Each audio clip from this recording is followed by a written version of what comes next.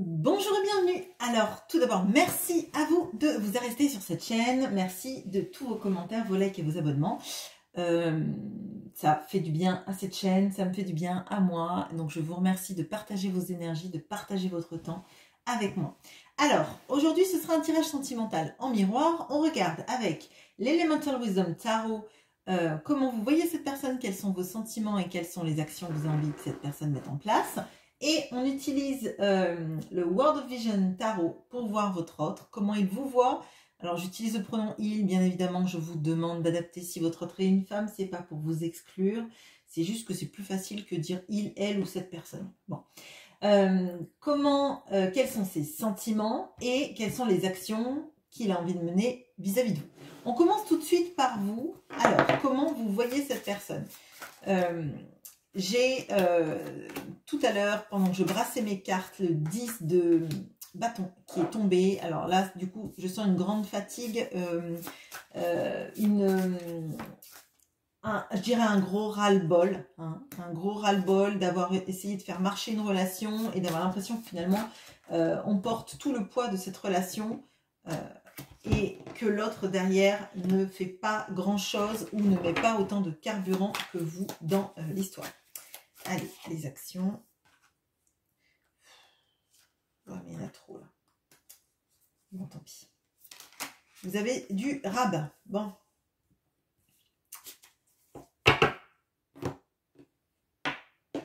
Alors, de son côté, comment cette personne vous voit?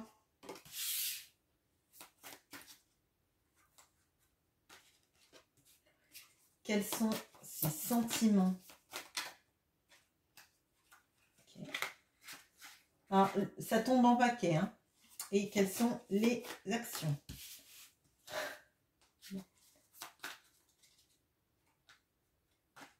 Bon.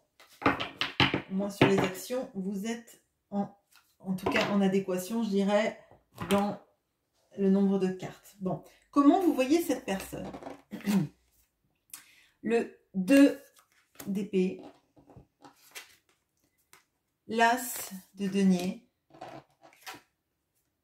le valet de denier. Bon, alors, vous voyez cette personne comme quelqu'un qui a du mal à prendre une décision, quelqu'un qui n'arrive pas à trancher dans une situation, de choisir une voie hein, dans laquelle se projeter. Vous voyez cette personne comme, de ce que je ressens, comme se mettant un bandeau devant les yeux pour ne pas voir qu'il faut faire un choix. Choisir, c'est renoncer, choisir, c'est opter pour perdre quelque chose, mais gagner à la fin quelque chose d'autre. Et là, moi j'ai l'impression que vraiment votre autre ne veut pas voir le choix qu'il a à faire dans sa vie. Bon. En tout cas, dans la manière dont vous le voyez. Alors, c'est pas forcément un choix entre deux personnes, hein, ça peut être un choix de situation de vie, ça peut être un choix d'engagement vis-à-vis d'une relation amoureuse, hein, tout simplement.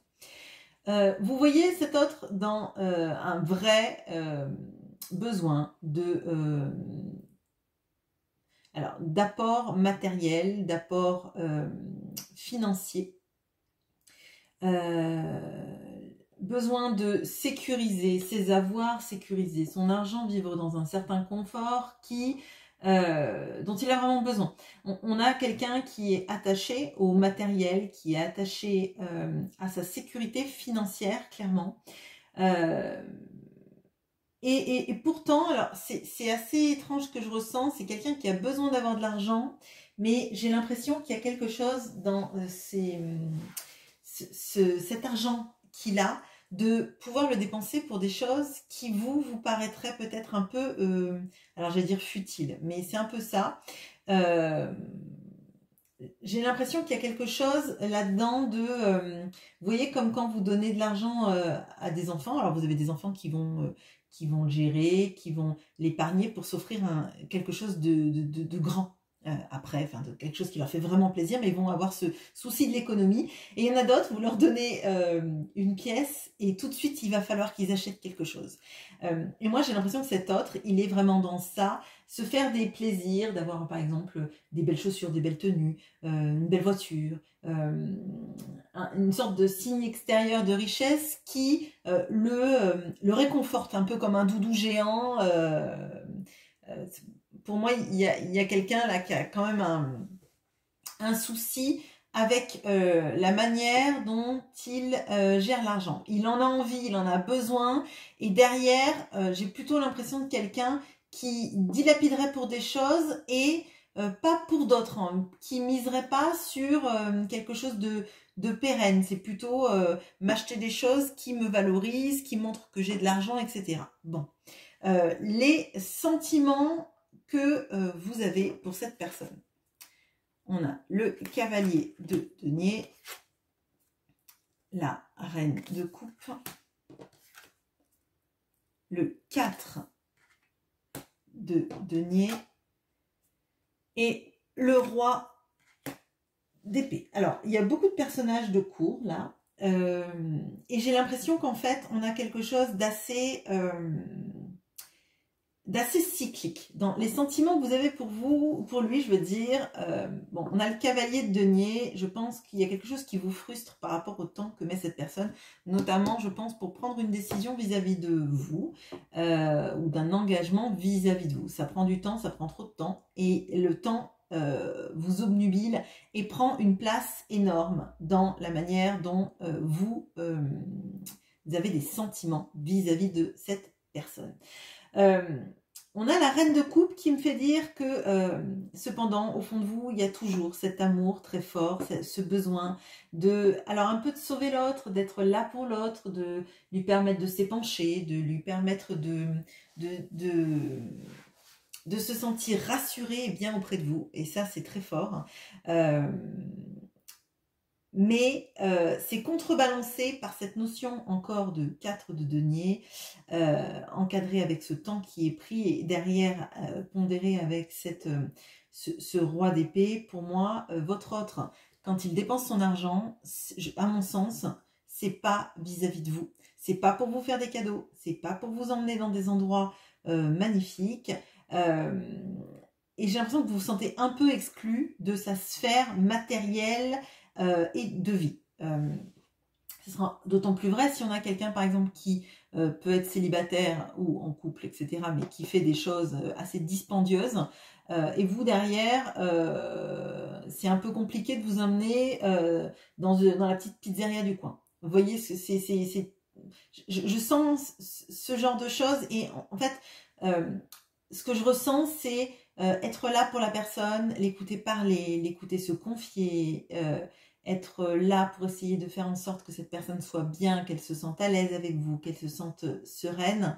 Vous voyez qu'elle prend du temps, vous voyez qu'elle ne dirige pas toutes ses attentions vis-à-vis de vous, et il y a quelque chose derrière d'essayer de se reprendre en main et de se dire, bon, alors, oui, je ressens tout ça, je ressens de l'amour, je ressens l'envie d'être là pour cette personne, je ressens l'envie qu'il se sente bien à mes côtés. Cependant, derrière, moi, j'ai l'impression d'être complètement exclue de sa vie, que toutes ces actions, elles ne sont jamais en concertation avec mes envies à moi, mes besoins à moi.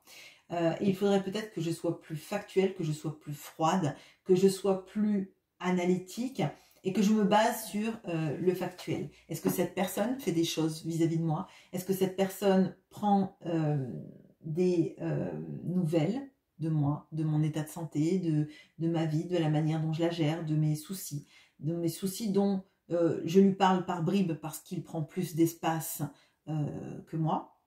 Bon. Et j'ai l'impression là qu'il y a, une tentative en fait de faire taire la reine de coupe, en lui disant c'est bien beau d'être toujours là pour quelqu'un, mais si la personne n'est jamais là pour moi, à quoi ça sert tout ça? À quoi ça sert tout ça? Je suis la bonne poire dont la porte est ouverte chaque fois que cette personne a envie de prendre un café ou plus. Bon. Ok. Bon. Alors, les actions que vous aimeriez que cette personne mette en place. Le 7 de denier. Le 9 d'épée le 10 d'épée, le 8 d'épée. Bon. Bon. Alors, déjà, là, ce que je ressens, c'est... bon, dans cette relation, vous n'êtes pas épanoui, clairement. Là, on a l'impression qu'en fait, on n'a pas toutes les cartes en main, que on joue à un jeu, mais que les règles du jeu ne sont connues que par l'autre. Qu'on a quelqu'un qui décide ou non de faire des choix dans sa vie, et vous avez été bien patiente, vous avez bien attendu, vous avez été là, en fait, chaque fois que cette personne avait besoin. Et derrière, quand vous êtes au bord du rouleau, quand vous vous sentez mal, que vous n'arrivez plus à dormir, que vous avez l'impression que vous pourriez passer vos journées à pleurer, cet autre, en fait, n'est pas là, n'est pas... ce sont des personnages très seuls, là, on a les épées, et on a l'impression qu'en fait... vous aimeriez que cette personne vous dise que dans un futur lointain, c'est pas vous qui serez choisi pour vous permettre à vous de vous libérer de ce lien, hein, c'est ce que je ressens, que les choses soient dites au moins, mais clairement et avec honnêteté. Cette personne vous dise par exemple, bah, je ne ferai jamais de choix, je ne quitterai jamais ma situation, alors va ailleurs, ou je ne sortirai jamais de ma sphère de confort et de vie, alors fais ta vie ailleurs. Vous préféreriez que cette personne vous dise ça pour savoir où vous allez, et arrêtez d'attendre sans arrêt quelqu'un qui ne vient pas, quelqu'un qui occupe vos pensées, vos rêves, vos nuits, et qui au sens du tirage que j'ai là, n'a pas vraiment d'empathie pour vous, comment vous gérez les choses, le mal que ça peut vous faire, la sensation parfois de pouvoir passer ces week-ends à pleurer parce que l'autre n'a pas daigné vous envoyer de message, n'a pas daigné prendre de vos nouvelles, que vous lui avez dit que vous aviez tel ou tel souci, mais que finalement... cet autre ne prend pas ces nouvelles-là, ne demande jamais comment vous allez, comme si vous aviez bien et que vous viviez dans un pays enchanté, peuplé de licornes, dans lequel en fait vous n'avez pas de soucis. L'autre en a et vous en parle et vous êtes bien bonne et bien gentille d'être là, mais vous, toutes vos problématiques de vie qui me paraissent quand même assez compliquées, là, moi je sens peu de sommeil, je sens des choses qu'on rumine, je sens le besoin de tenir par rapport à une situation avec quelqu'un en face qui ne prend pas de vos nouvelles et ne demande jamais comment vous allez, ne se dit pas que peut-être parfois vous attendez à regarder 25 fois votre téléphone pour savoir si cette personne vous a envoyé un message, que finalement c'est vous qui envoyez un message et vous n'avez pas forcément de réponse dans la foulée. Et que vous attendez, que vous vous sentez rejeté et que vous avez l'impression que vous n'êtes rien et que vous ne comptez pas. Ok, bon. Lourd, mais je comprends pourquoi vous préféreriez finalement que cette personne vous dise où elle en est plutôt qu'attendre quelqu'un qui ne viendra peut-être jamais. Bon, ok. Allez, on regarde du côté de votre autre. Le tirage n'est pas joli, mais je pense que si vous êtes dans ces énergies-là, vous en êtes bien consciente. Alors, votre autre, comment est-ce qu'il vous voit? On a le roi de denier, on a le roi de bâton et on a le 5 de coupe. Alors, votre autre vous voit comme quelqu'un d'extrêmement établi, quelqu'un qui sait tout gérer, alors j'allais dire à la manière d'un homme.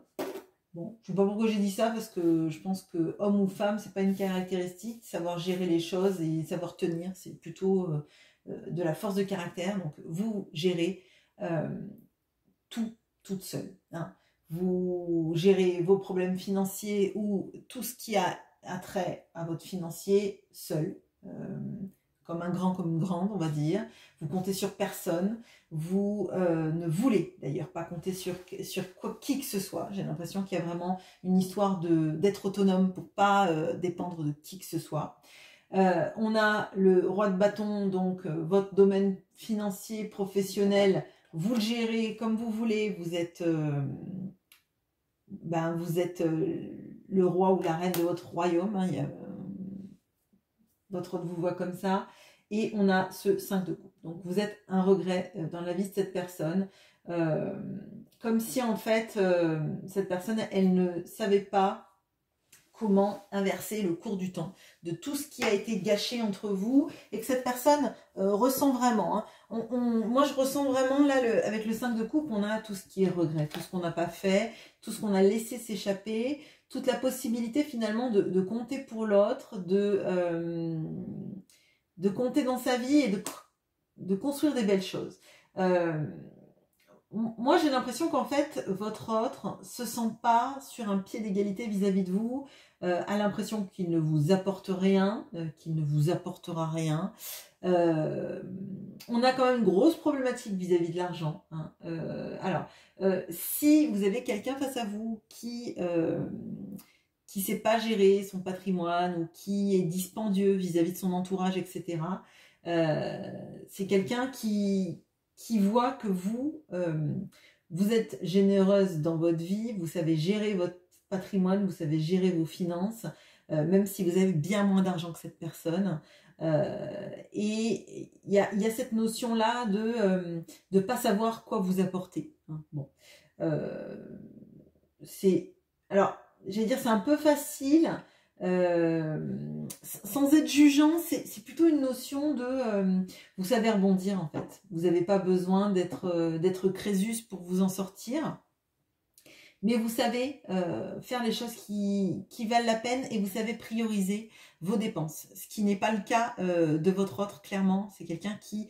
ça pourrait être quelqu'un, par exemple, qui va acheter des choses extrêmement chères à son entourage pour que les gens l'aiment, en fait. Vous voyez ce que je veux dire? C'est une histoire un peu d'acheter de l'amour, alors que vous voulez ne pas être dans le tracas financier pour pas vous retrouver dans les ennuis, en fait. Hein. Donc, vous, l'argent, c'est le moyen de pouvoir faire des choses qui vous font plaisir, mais surtout d'être à l'abri, alors que votre autre, il y a quelque chose là-dedans de...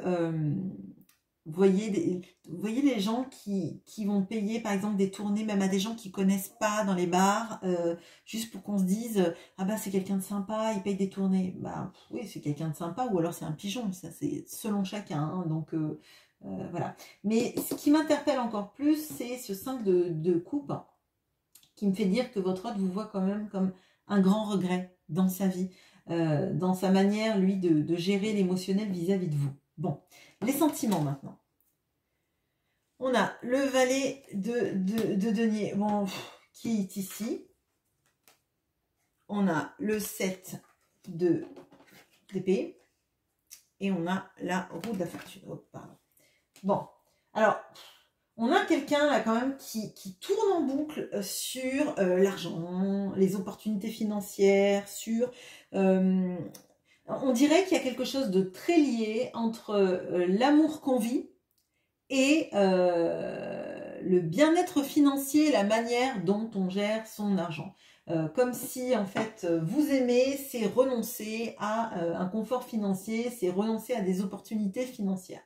Bon, je sais pas, je veux bien que vous me le disiez en commentaire, c'est un ressenti un peu bizarre, et je vais vous dire que c'est encore renforcé parce que derrière on a le 7 d'épée.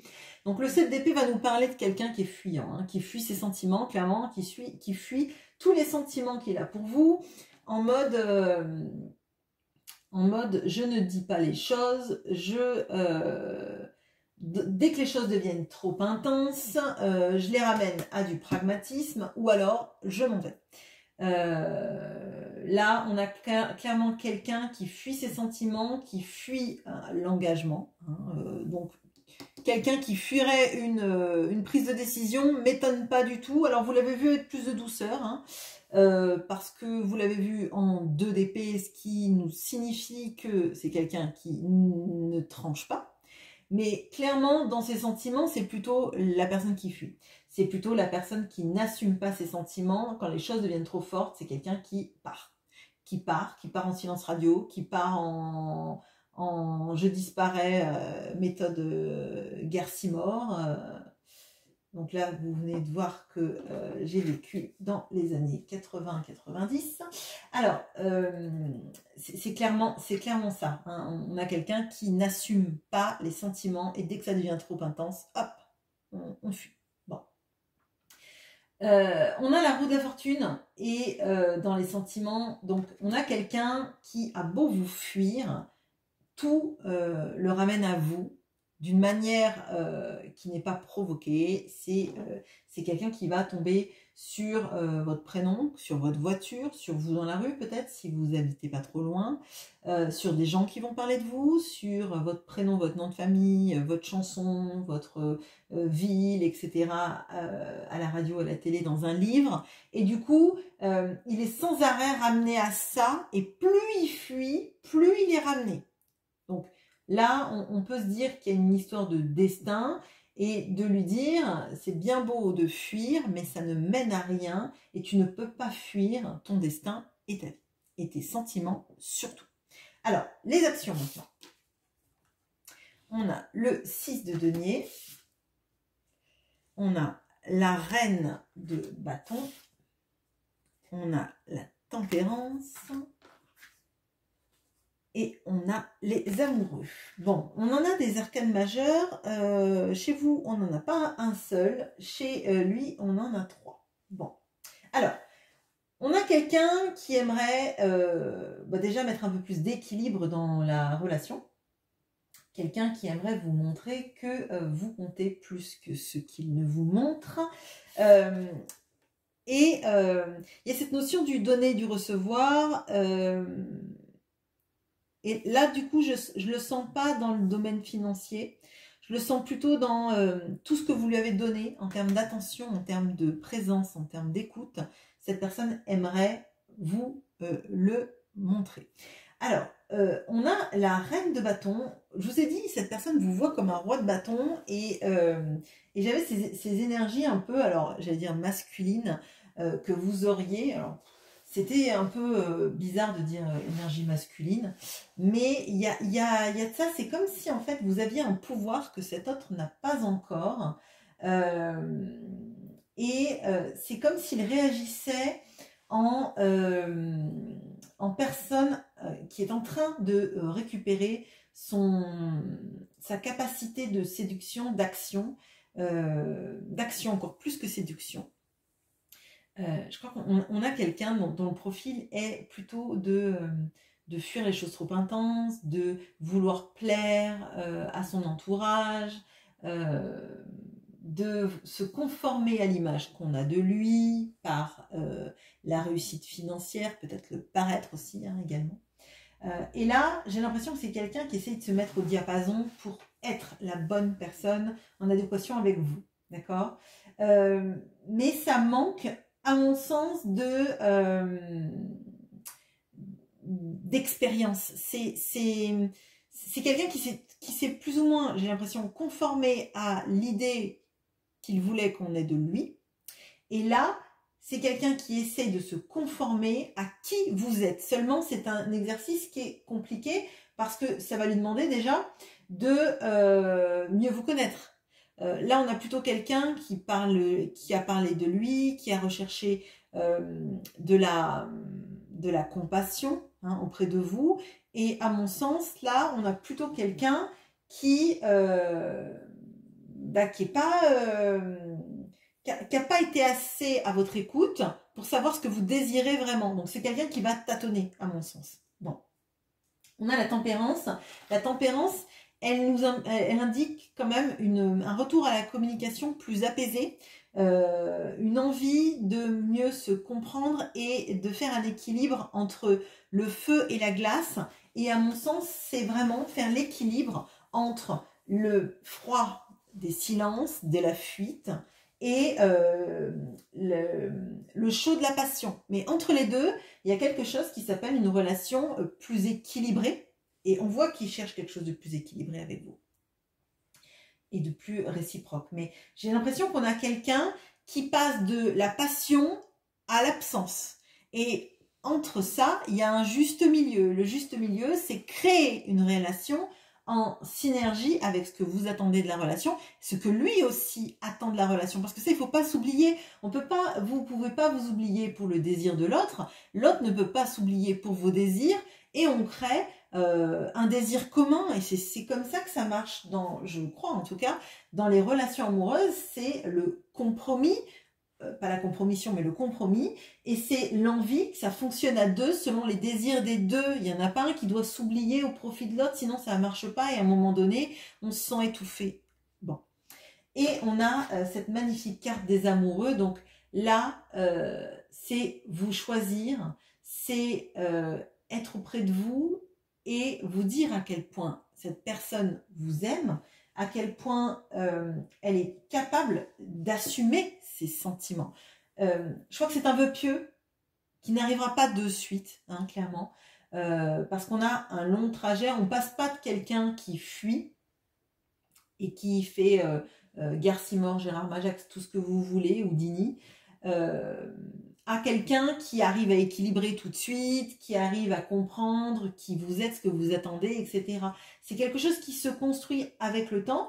On a vu que c'est quelqu'un qui prend son temps, donc ce serait bien qu'il le prenne pour faire avancer la relation, pour arrêter de rester dans des énergies de 5 de coupe, mais c'est un vœu pieux, c'est quelque chose qu'il a envie de mettre en place, qui va prendre selon moi du temps, et qui va demander à cette personne de s'intéresser plus à qui vous êtes et ce que vous désirez pour voir ce qui match entre vous deux, vraiment.